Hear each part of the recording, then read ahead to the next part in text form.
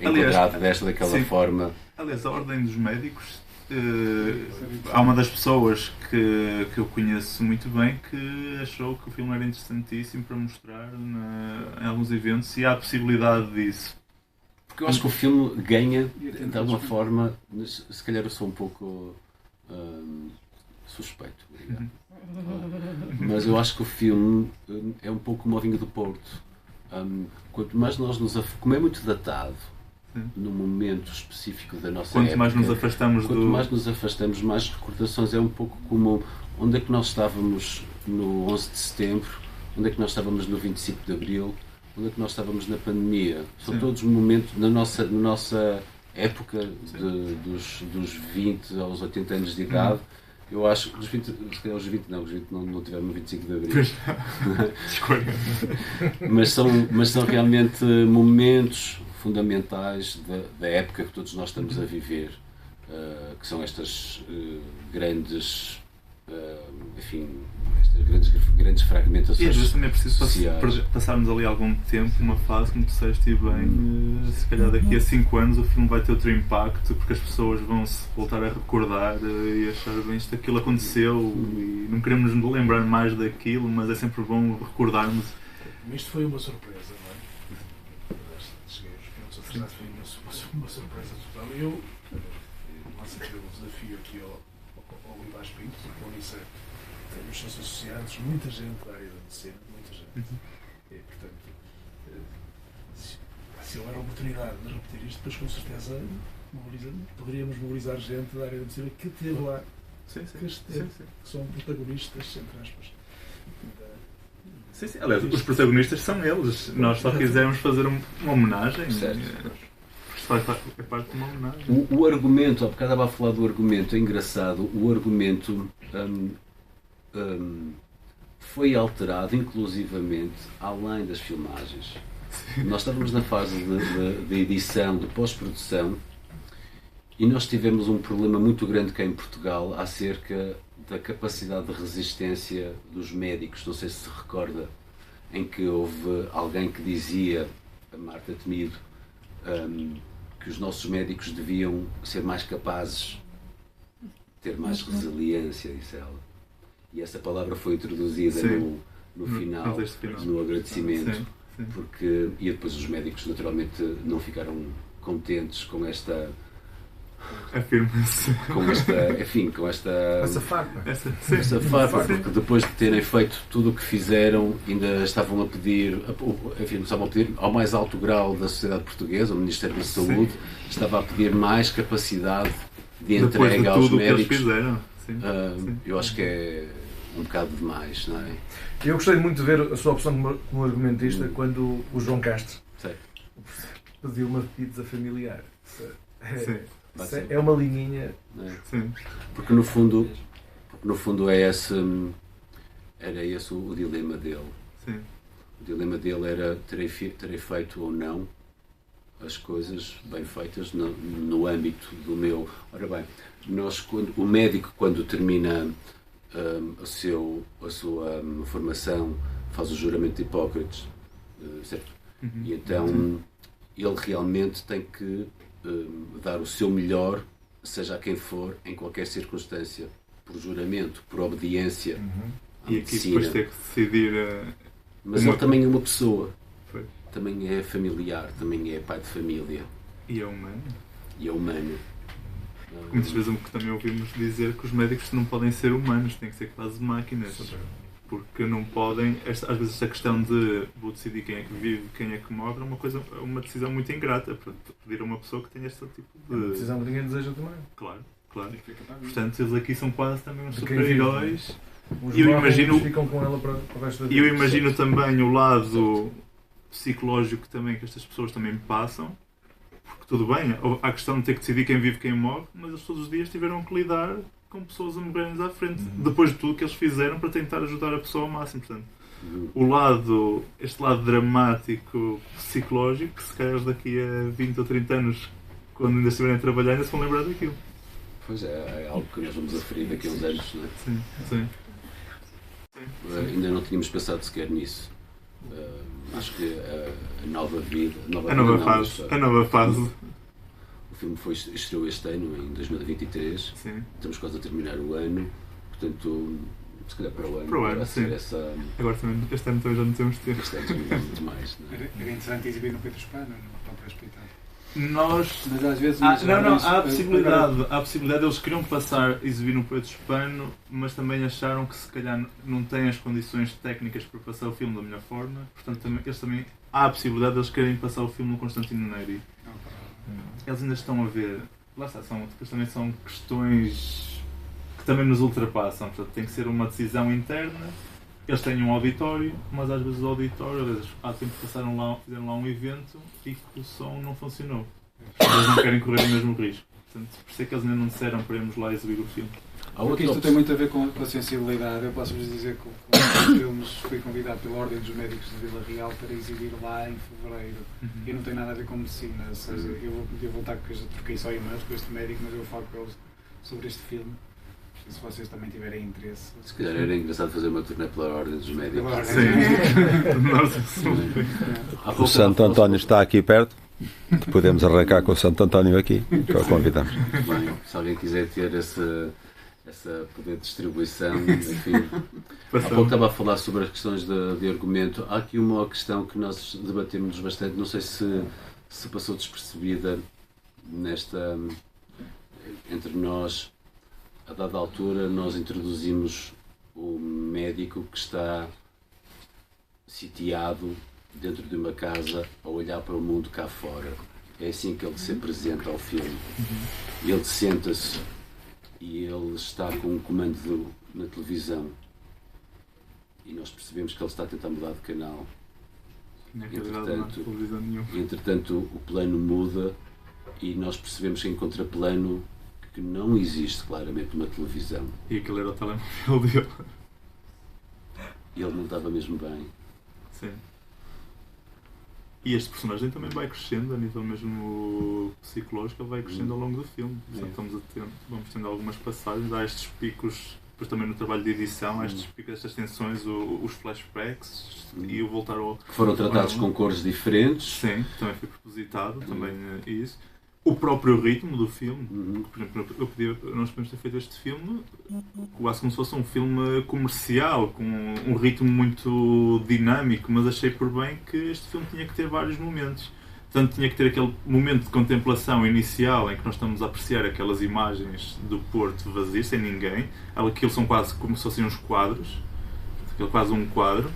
Como de repente temos aquelas ações todas e apesar de termos o filme, que também temos os momentos também de solidão do personagem, mas de repente temos aquele ritmo ali muito acelerado, porque também são os momentos e a carga dramática que ele está também a passar e o que ele está a vivenciar. E depois entra logo o contraponto do flashback da família. Sim. E aqui existe outro registro histórico de particular interesse, é que há lá, a dada altura, uma filha dele diz-lhe que faltam não sei quantos dias para estrear A Casa do Papel.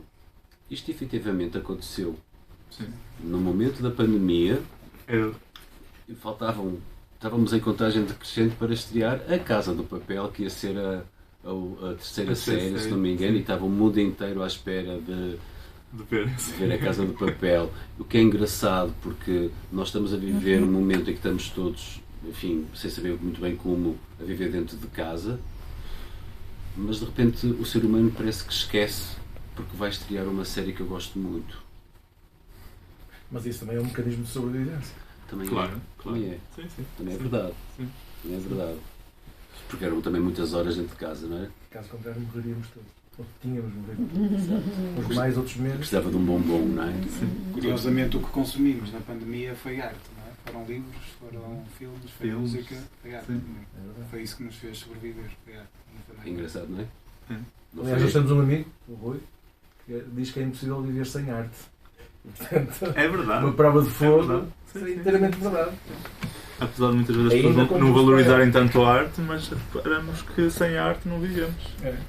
Aliás, é a diferença que nós temos entre nós ser pensante ou nós animais. Portanto, acho que é um pouco... Mas eu, desculpe voltar outra vez à sua opção como argumentista, porque vocês consideram que a palavra, no vosso filme, dialogasse tanto com a pizza familiar. Estavam sempre lá todos, mesmo quando não estavam, sim. mesmo quando vocês tiravam. Sim. Isso é que é muito bonito. E, no entanto, 4 estações é a coisa mais vulgar que existe. Já viu? As 4 estações, literalmente. A nível artístico e a nível comercial, Sim. 4 estações existe por todo lado. Está mais do que democratizado e ninguém pede realmente uma coisa que se chame 4 estações, porque deve ser uma coisa normal. Não existe um 4 estações gourmet. Não existe. É a coisa mais banal que existe. É como um pão com manteiga. É 4 estações. É uma commodity. E, no entanto, ela aqui dava o peso que ela tinha o protagonismo. Sim. Porque realmente as 4 estações, por outro lado, como o filme diz, as 4 estações continuam. Existe aquela mensagem do futuro, é uma belíssima metáfora. Fim da pandemia, as 4 estações continuam. Existe essa mensagem de que vale a pena acreditar, eu acredito na humanidade. Isto é tudo cíclico. Certo. Mas é curioso, desculpa se eu estiver a monopolizar o diálogo, digam por favor, que eu não gosto de aborrecer. Mas é curioso que passou pouco tempo e nós já conseguimos olhar como um documento ou como um documento e ao mesmo tempo nós olhamos como algo, nós apresentamos um olhar etnográfico que, na minha opinião, se vai acentuar, porque vai ser maior distanciamento a partir do momento que nós percorremos os anos a partir do momento que vocês filmaram. É verdade. Isso só para lhe dizer é um documento sociológico, por exemplo, profundamente sociológico. Narrativa à parte, não existem registros vídeo do Porto, da nossa cidade, como estes. Nós vimos Nova York, Times Square fechado, nós vimos as portas de Brandenburgo sem ninguém, nós vimos a Torre de Londres sem os autocarros, ok? São cidades muito mediáticas. No Porto, isso também aconteceu. E o Porto foi captado pelo Carlos Costa de uma forma belíssima. E eu não sei até se foi exclusivo. Eu ainda não vi nada sobre a cidade do Porto. Não, muita coisa. Ausente de pessoas. Fotografia, sim, houve muito. Disse bem, porque você fez aquele plano com o pombo feio. Esse plano é muito bonito, não está? Porque realmente a dada altura via-se que na internet que os jardins começavam a crescer dentro das cidades. Sim. E aquelas cidades mais em África, por exemplo, estavam a ser, e na Austrália, estavam a ser invadidas por animais. Sim. E em São Francisco, certos animais que já não viam há não sei quantos anos, estavam viados, a ganhar assim, terra. Estavam a voltar outra vez ao Isto é um bocado apocalíptico, porque nós vimos aqui os filmes sobre o futuro, nós vimos que a dada altura a vegetação começa a ganhar ao asfalto e ganhar aos edifícios, certo? E os animais selvagens voltam a dominar as cidades que estão desertas. Sim. E portanto essas imagens do Carlos são muito bonitas porque nós conseguimos ter o vazio humano, mas ao mesmo tempo a fluidez da natureza. Nós vimos as nuvens, nós vimos o mar, nós vimos os pássaros e vimos as folhas a voarem, e nós escolhemos. O Carlos tinha várias imagens. Sim, nós optamos por estas porque estas realmente indicavam-nos aqui um paradoxo. E sempre com o céu nublado, portanto também para passar a mesma mensagem, porque eu também tinha imagens com sol, e eu achei não, para passar este lado mais dramático temos que ter imagens com o céu nublado e manter a mesma coerência. A mesma crueza. Sim. Senão, frio. Sim. Porque senão se fosse com um dia de sol, se calhar as pessoas dizem, pronto, as pessoas acabaram de acordar e é um dia normal. Então não quero um dia negro, quero passar um pouco a mensagem. Engraçado, há pouco eu estava a pensar, porque se virmos agora, estas imagens até parece que são o resultado de inteligência artificial. Já viu? Se nós agora olharmos e vimos aquela subida para a Torre dos Clérigos ou a Avenida dos Aliados, nós conseguimos perfeitamente, hoje em dia, é perfeitamente possível ir lá filmar.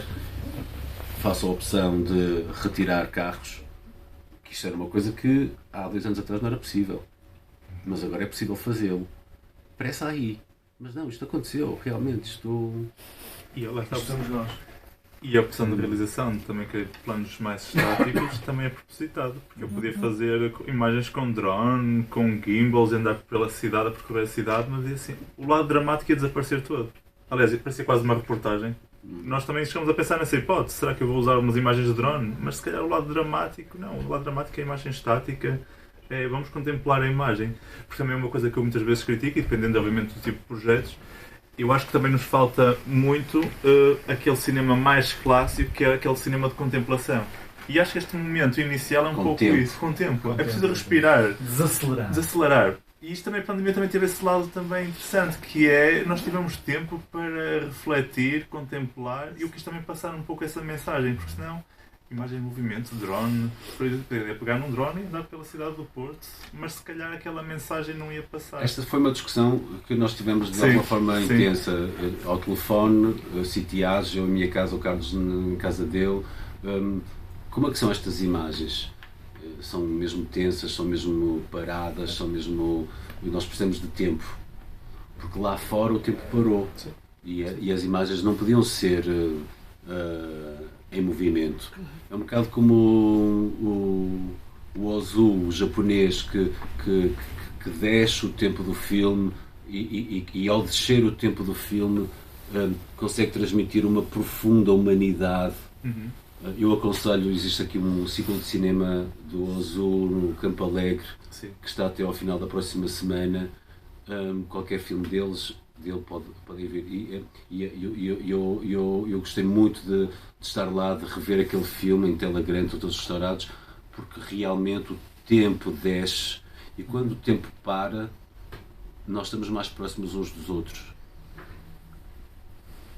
Sim, também uma das nossas discussões será que vamos fazer uma coisa mais lenta, mais ritmada. Certo. E às vezes é esse trabalho de... Mas qual é o nosso objetivo? Como é óbvio, se eu quisesse numa linha muito mais comercial, não estou a dizer que este filme não pudesse passar numa sala comercial, poderia, porque nós conseguimos manter o meio termo. Obviamente que eu ainda poderia pôr o filme muito mais lento, com muito mais tempo. Aliás, nós podemos passar este filme quase como meia hora, se quiséssemos. Se calhar já era capaz de ser excessivo. Ainda era curta-metragem, até aos 20 minutos. Até aos 20 minutos é curta-metragem, depois aliás, se fosse 30 e tal já era média-metragem. Mas achei que os 12 minutos são um tempo normalmente suficiente e mesmo a nível de ritmo também é o ritmo suficiente para as pessoas contemplarem, refletirem. Não ser um filme assim muito dinâmico, que as pessoas não têm tempo para analisar as imagens. Portanto, isso também foi uma discussão que nós tivemos, discussão positiva, como é óbvio. Mas houve sempre esta questão de vamos fazer isto mais ritmado? Será que vamos fazer isto mais pausado? Vamos contemplar mais? Portanto, isso também foi um trabalho interessante que nós tivemos e depois conseguimos fazer este resultado. Voltando agora um pouco ao início, a banda sonora, se repararam, a banda sonora só termina no último agradecimento do filme. Portanto, até ao último agradecimento, os logotipos obrigatórios, até aí é filme. Até porque o filme... até aí é filme porque a música continua. E a música foi desenhada, foi escrita, contemplando o tempo dos créditos de todas as pessoas, porque sem elas não haveria filme. E portanto, o filme, portanto, a música... Ao mesmo tempo que serve a narrativa e serve o conceptual da situação, tem também uma função técnica. Sim. Okay? E por isso é que ele se prolonga. Nós podíamos ter no último frame terminado a música e deixado os logos sem som. Sim, punhamos lá uma música de arquivo normal e tudo mais. Sim, isso também foi uma opção. E o realizador e o Dimitris, que foi compositor, não se importaram nada com isso, porque geralmente os tempos pós-filme dos créditos são tempos, são a parte menor do filme. Já pelo filme, já não quero ver mais. Já ninguém quer saber créditos.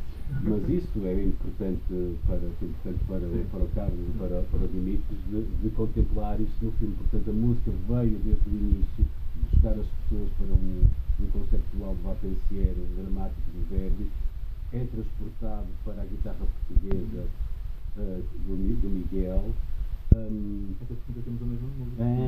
fala-nos e depois as guitarras continuam até ao final do último logotipo. Eu acho que isso foi ficou muito bem. Boa decisão. Sim.